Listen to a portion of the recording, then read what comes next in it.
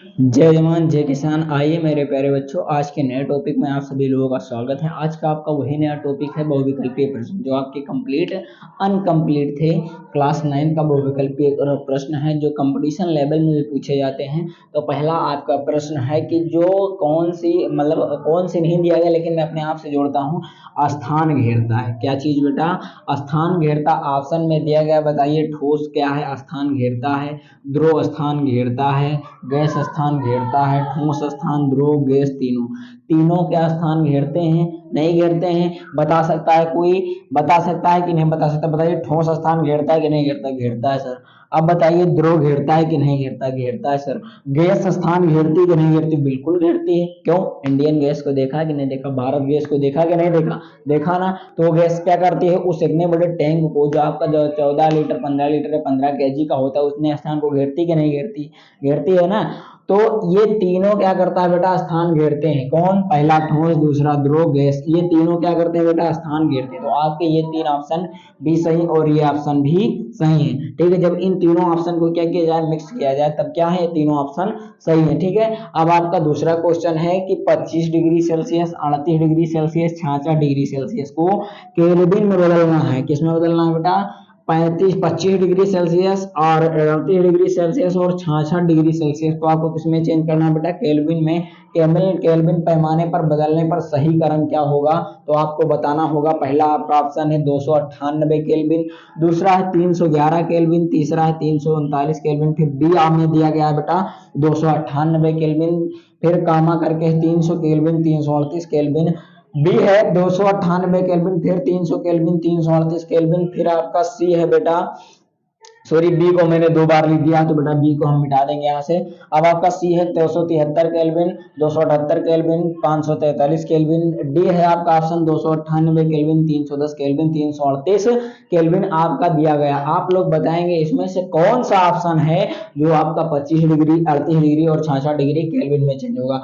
तो आप लोगों को क्या दिक्कत है? इतनी देर में तो कमेंट में बता देना चाहिए क्या दिक्कत है। दिक्कत कोई नहीं है। दिक्कत क्या क्या है बताइए? दिक्कत क्या होनी चाहिए तुमको? दिक्कत किसी प्रकार की नहीं है। आप वीडियो देख लोगे, 1% की आपको दिक्कत नहीं होगी टेम्परेचर के विषय में। चाहे आपसे पूछा जाए केल्विन, चाहे पूछा जाए सेल्सियस, चाहे पूछा जाए फारेनहाइट, चाहे क्या पूछा जाए बेटा? केल्विन पूछा जाए, चाहे आपसे सेल्सियस पूछा जाए, चाहे फारेनहाइट, इन तीनों में कुछ भी पूछा जाए, तुरंत सोल्व करके तुरंत बता दोगे कि कौन सा इसमें ऑप्शन सही है। तो देखिए पहला क्या बेटा दिया गया है? 25 डिग्री सेल्सियस को आप किसमें बदलिए? केल्विन में। 38 डिग्री सेल्सियस को आप किसमें बदलना है बेटा? केल्विन में। और तीसरा क्या? 66 डिग्री सेल्सियस को केल्विन में। अब जाहिर सी बात, डिग्री सेल्सियस से आप क्या करेंगे? जहां पर ये आपका मल्टीपल चॉइस क्वेश्चन को विकल्प ये प्रश्न मिलेगा, तो वहां पर आप क्या कर सकते हो? सीधा एक ही फंडा कर सकते हो, आप तुरंत ट्रिक लगाएंगे, जो ट्रिक मैंने अगली वीडियो में बता रखा है। ठीक है, तो उस वीडियो की ट्रिक लगाएंगे। बताया क्या है? अगर आपको डिग्री सेल्सियस को केल्विन में चेंज करना है, किसमें बदलना है बेटा? कन्वर्ट करना है केल्विन में, तब आपको क्या करना होगा? उसमें आप 273 ऐड कर देंगे, जितना आपका डिग्री सेल्सियस दिया रहता है। तो आपको 25 दिया गया। कितना दिया गया बेटा? 25। 273 प्लस 25, अब 5 3 कितना होता है? 8, और 2 7 कितना होता है? 9, और 2 98 केल्विन। आपका जो 25 डिग्री सेल्सियस को बदला, तो किसमें गया बेटा? 298 केल्विन में बदल गया। आप दूसरा 38 केल्विन को फिर 273 से जोड़ेंगे, कितने? 38 डिग्री सेल्सियस को 273 केल्विन से जोड़ेंगे तो कितना हो जाएगा बेटा? आप जोड़ेंगे 8 3 11 के कितना होता है? 1 होता है, और 3 7 10 और 11 के 1 होता है, और 2 1 3 311 केल्विन होता है। कितना होता है बेटा?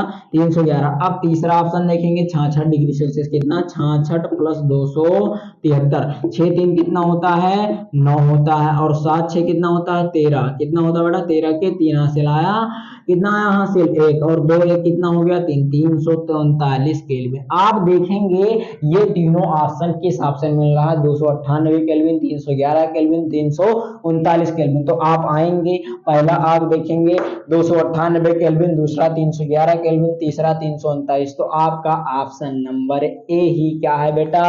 सही है, क्योंकि इसी में आपके तीनों डिग्री सेल्सियस के मान क्या होते हैं बेटा, मिल रहे हैं। पहला 298, तीसरा 311 और चौथा 339। और किसी में बताइए मिल रहा हो तो, किसी में 298 मिलता है तो किसी में ये नहीं, ये मिलता तो ये नहीं। और आपके तीन ऑप्शन क्या है बेटा, गलत है। तो आप किस ऑप्शन को लॉक करोगे, ऑप्शन नंबर ए को लॉक कर दोगे। ठीक है, समझिए, आराम से निकालना मैंने बता दिया। अब आगे देखिए चौथा तीसरा क्वेश्चन क्या है, कोई वस्तु जितना स्थान घेरती है वह उसका क्या कहलाती है। मैंने बताया था जो वस्तु क्या करती है, स्थान घेरती है। क्या करती है, स्थान घेरती है, तो वह उसका क्या कहलाती है, आयतन कहलाती है। क्या कहलाती है बेटा, वॉल्यूम कहलाती है, आयतन कहलाती है। यहाँ पर क्या भर देंगे, आयतन। क्या भर देंगे भैया, हम आयतन भर देंगे।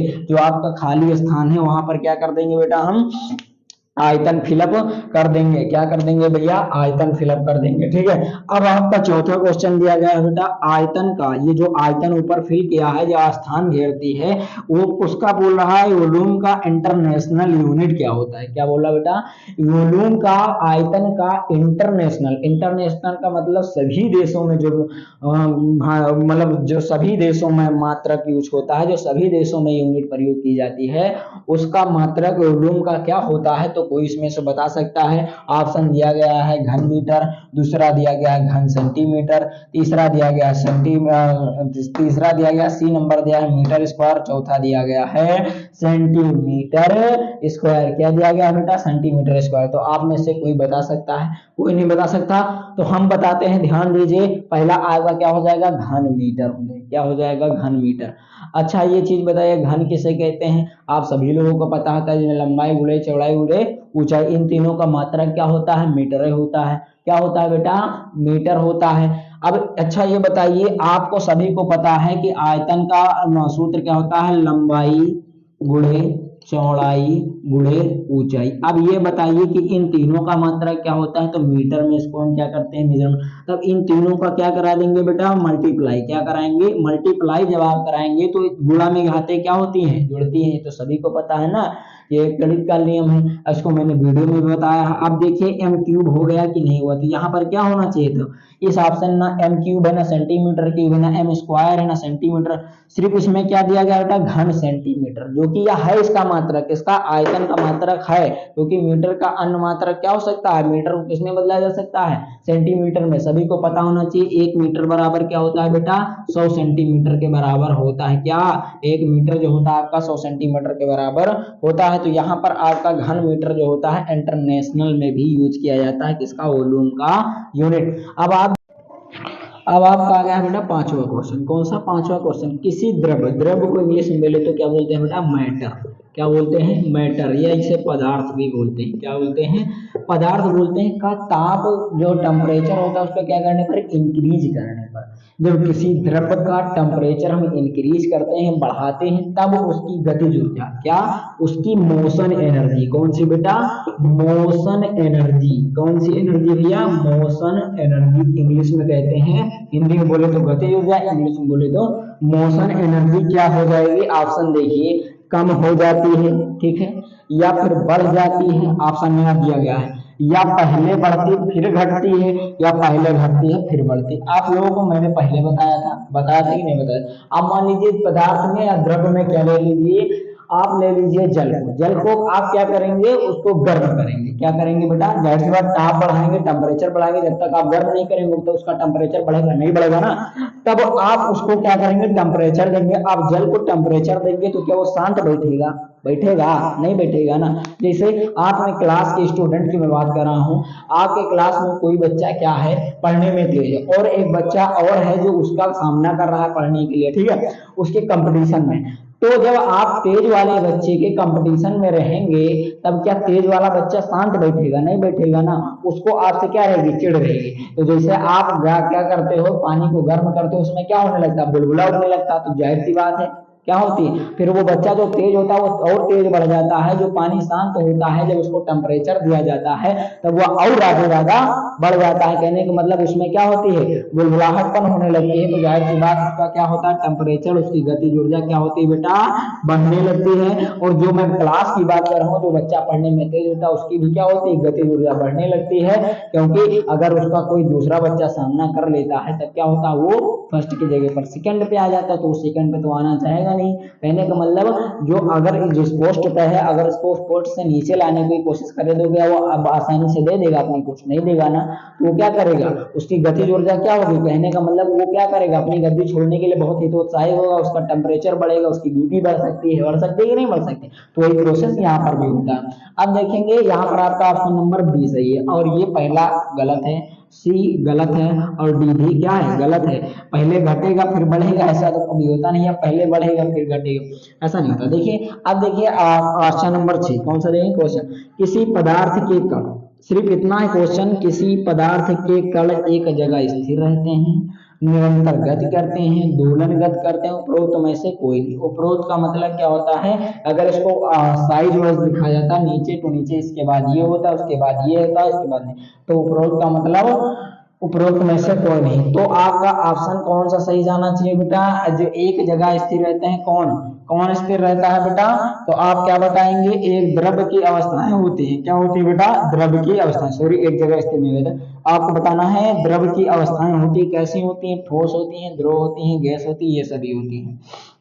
तो सॉरी ये क्वेश्चन नहीं था बेटा, क्वेश्चन नंबर 6 था, किसी पदार्थ के कण क्या करते हैं, निरंतर गति करते हैं, क्या करते हैं, निरंतर गति करते हैं। आप क्वेश्चन नंबर 7वां देखेंगे, द्रव की अवस्थाएं होती हैं, जो आपका पदार्थ होता है, द्रव होता है, इंग्लिश में बोले तो मैटर, मैंने ऊपर भी समझा दिया, उसकी कितनी स्टेट्स होते हैं, कितनी अवस्थाएं होती है उसे बताना है। तो बताना है ठोस होती है, द्रव होती है, गैस होती है, 3 अवस्थाएं होती कि नहीं होती है, किसकी बेटा, आपकी द्रव की। अब आपको ऑप्शन में एक चीज और दिया, क्या ये सभी भी हो सकता, हाँ बिल्कुल हो सकता है, जब तीनों अवस्थाएं हो सकती हैं तो ये सभी आपका ऑप्शन में आ गया, तो आप एक ही को चूज करोगे। अगर आपके क्लास के टॉपर में, क्लास में क्या होता है, पेपर होता है, एग्जाम होता है, और उसमें से सभी लोग अच्छे मार्क्स पाते हैं, और सभी का क्या होता है, कुछ ना कुछ डिफरेंटेटिव होता है, जिसका सबसे ज्यादा अंक होता है, या फिर क्या होता है, तीनों में एक समान होता है, तो तीनों टॉपर ही कहे जाते हैं ना, उनका नाम अलग तो नहीं हो जाता है, टॉपर का नाम चेंज तो नहीं हो जाता। कहने का मतलब तीन स्टूडेंट का एक सेम नंबर आ जाए, सेम मार्क्स आ जाए, तो क्या हो जाए, तीनों टॉपर्स कहलाएंगे। और जब तीनों टॉपर्स कहलाएंगे तो उसको कितने, एक ही श्रेणी तो दिया जाएगी, टॉपर्स ही कहा जाएगा, कुछ अलग अलग नाम दिया जाएगा, तीनों का एक ही नाम दिया जाए ना, तो इसमें क्या दिया गया है, इन तीनों में ये सभी दे दिया गया, तो इसमें ऑप्शन कौन सा, ये सभी। अब आप एग्जाम्पल सॉरी आप देखेंगे प्रश्नोत्तर नंबर 8, कौन सा, बर्फ का टुकड़ा, किसका बेटा, बर्फ का टुकड़ा जल पर तैरता है, क्योंकि बर्फ का जो टुकड़ा जो होता है जल पर क्यों तैरता है।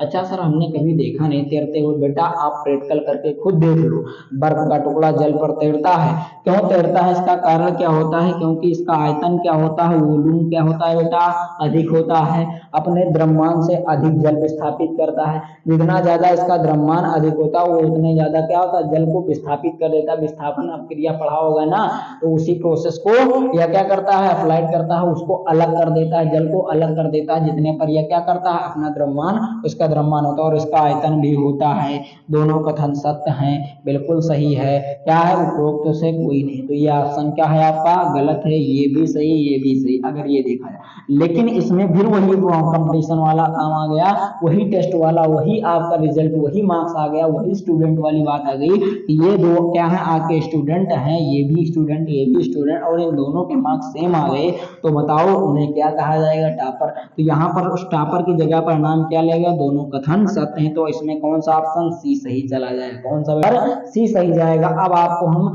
क्वेश्चन नंबर 9 की ओर ले चलते। अब आपका है 9वां क्वेश्चन, कौन सा बेटा, 9वां क्वेश्चन है, तापमान का अंतरराष्ट्रीय मात्रक क्या होता है, टेम्परेचर का इंटरनेशनल यूनिट क्या होता है।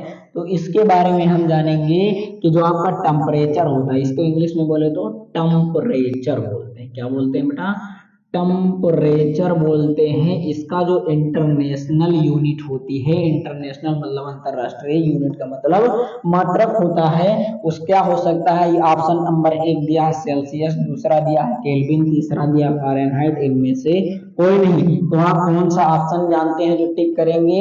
आपका बी नंबर ऑप्शन क्या होगा, सही होगा।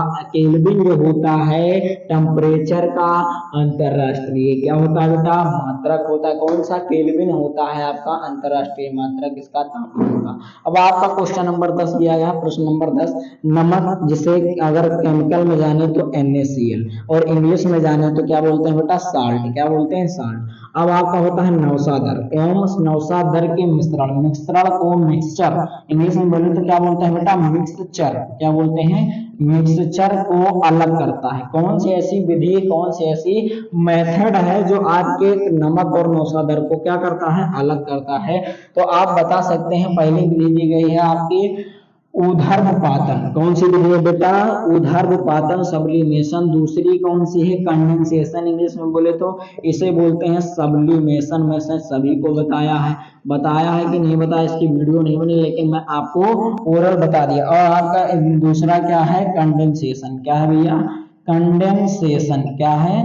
Condensation method. और तीसरा क्या है? इवेपोरेशन। कौन सा भैया? इवेपोरेशन। कौन सा है?